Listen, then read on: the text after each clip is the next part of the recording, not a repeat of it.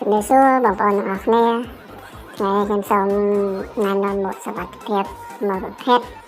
ដែលជាពិសេសសម្រាប់ការងារទីខ្ពស់បាទមុខនេះមានចំណុចពិសេសច្រើនខុសពីមុខធម្មតាសុខភាពធម្មតាដែលទីមួយវាមានកញ្ចក់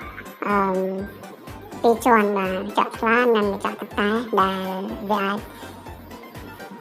សុខភាពដល់ភ្នែកយើងទៅតាមការងារជាក់ស្ដែងហើយទីពីរកាសត្រជាក់បាទកាសត្រជាក់មានពីរដែរមានញឹកនិងកាសក្លុបមួយត្រជាក់ទៅតាមសម្លេងឬជាស្ថានភាពនៃសម្លេងទី3វាមានរុនខ្យល់ចេញចូលស្រួលមិនឲ្យហប់ទី5គឺវាមានភ្លើងបាទមានភ្លើងការពារក៏ដូចជាជួយបំភ្លឺនៅទីល្ងាចទី6គឺវាមានចំណាំងផ្លាកជុំវិញបាទអាហ្នឹងជួយយើងមកកលាក់ទៀត